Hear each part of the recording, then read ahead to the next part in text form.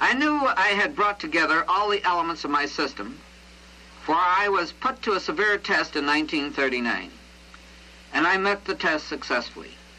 I realized then, as I realize now, that to succeed in life you need to seek more than a definite major objective, with singleness of purpose.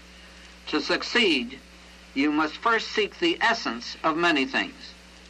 And these are the finer things of life. Now, the essence of anything is abstract. It is never found. It is never reached. Yet, if you search for the essence of perfection, you become more perfect. Search for the essence of success, and you become more successful. Search for the essence of achievement, and you achieve more. But in searching for the essence of anything, you also strive for specific major objectives with singleness of purpose.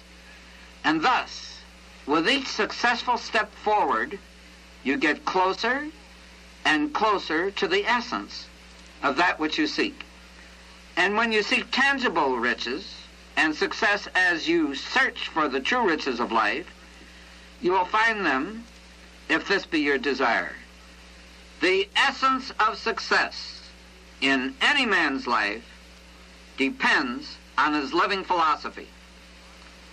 The essence of a living philosophy is that it must be alive. To be alive, it must be lived.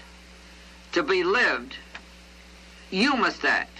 Actions, not mere words, determine the validity of a man's living philosophy. For faith without works is dead. Whether he recognizes it or not, everyone has a philosophy. You become what you think. My living philosophy is this. First, God is always a good God. Second, truth will always be truth, regardless of lack of understanding, disbelief, or ignorance. Third, man is a product of his heredity, environment, physical body, conscious and subconscious mind, experience, and particular position and direction in time and space, and something more, including powers known and unknown. He has the power to affect, use, control, or harmonize with all of them. Fourth, man was created in the image of God, and he has the God-given ability to direct his thoughts, control his emotions, and ordain his destiny. Fifth, Christianity is a dynamic, living, growing experience. Its universal principles are simple and enduring. For example, the golden rule, do unto others as you would have others do unto you, is simple in its concepts and enduring and universal in its application. But it must be applied to become alive. 6, I believe in prayer and the miraculous power of prayer. Now, what does this philosophy mean to me? It wouldn't mean a thing unless I lived it. To live it, I must apply it. Therefore, I shall give you an illustration of how I applied it in a time of need. Then, it may be more meaningful to you. In 1939, I owned an insurance agency that represented a large Eastern Accident and Health Insurance company. Over 1,000 full-time licensed agents were operating under my supervision in every state in the United States. My contract was verbal, and it provided for exclusive distribution of a specified series of accident policies. Under this working agreement, I owned the business. The company printed the policies and paid the claims, and I assumed all other expense. It was spring. My family and I were vacationing in Florida when I received a letter from one of the top executive officers of the company. It stated briefly that my services would be terminated at the end of 2 weeks. My license to represent the company and the licenses of all my representatives would be canceled on that date. No policies could be sold or renewed after that date. And the president of the company was leaving on a trip and couldn't be reached for 2 months. I was faced with a serious problem. The type of contract I had just wasn't being made anymore.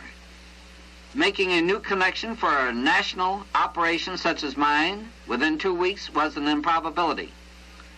And the families of the 1,000 representatives who worked for me would also have a problem if I didn't find a solution. Now, what do you do when you have a serious personal problem? A physical, mental, moral, spiritual, family, social, or business problem? What do you do when the walls begin to cave in? What do you do when there's no place to turn? That's the time to test your faith. For faith is mere daydreaming unless applied. True faith is applied continuously, but it is tested at the time of your greatest need. Now, what would you have done if you had been faced with my problem? Here's what I did. I told no one, but cloistered myself in my bedroom for 45 minutes. I reasoned. God is always a good God. Right is right. And with every disadvantage, there's a greater advantage, if one seeks and finds it. Then I knelt down and thanked God for my blessings. A healthy body, a healthy mind, a wonderful wife, and 3 wonderful children. The privilege of living in this great land of freedom, this land of unlimited opportunity, and the joy of being alive. I prayed for guidance. I prayed for help. And I believed that I would receive them. And I got into positive mental action. On arising, I began to think. And I made 4 resolutions. 1, I wouldn't be fired. 2, I would organize my own accident and health company, and by 1956 would have the largest in the United States. 3, I would reach another specific objective by 1956. This was of such magnitude and so personal that it would be improper to mention it here. 4, I would contact the president of the company, regardless of what part of the world he might be in. Then I got into physical action. I left the house and drove to the nearest public telephone booth to try to talk to the company president, for I didn't want my family to know the emergency with which I was faced. I succeeded because I tried. The president was a kindly, understanding man of principle. He gave me permission to continue operations upon my agreement to withdraw from the state of Texas, where the general agents of the company were having some competitive difficulties with my representatives.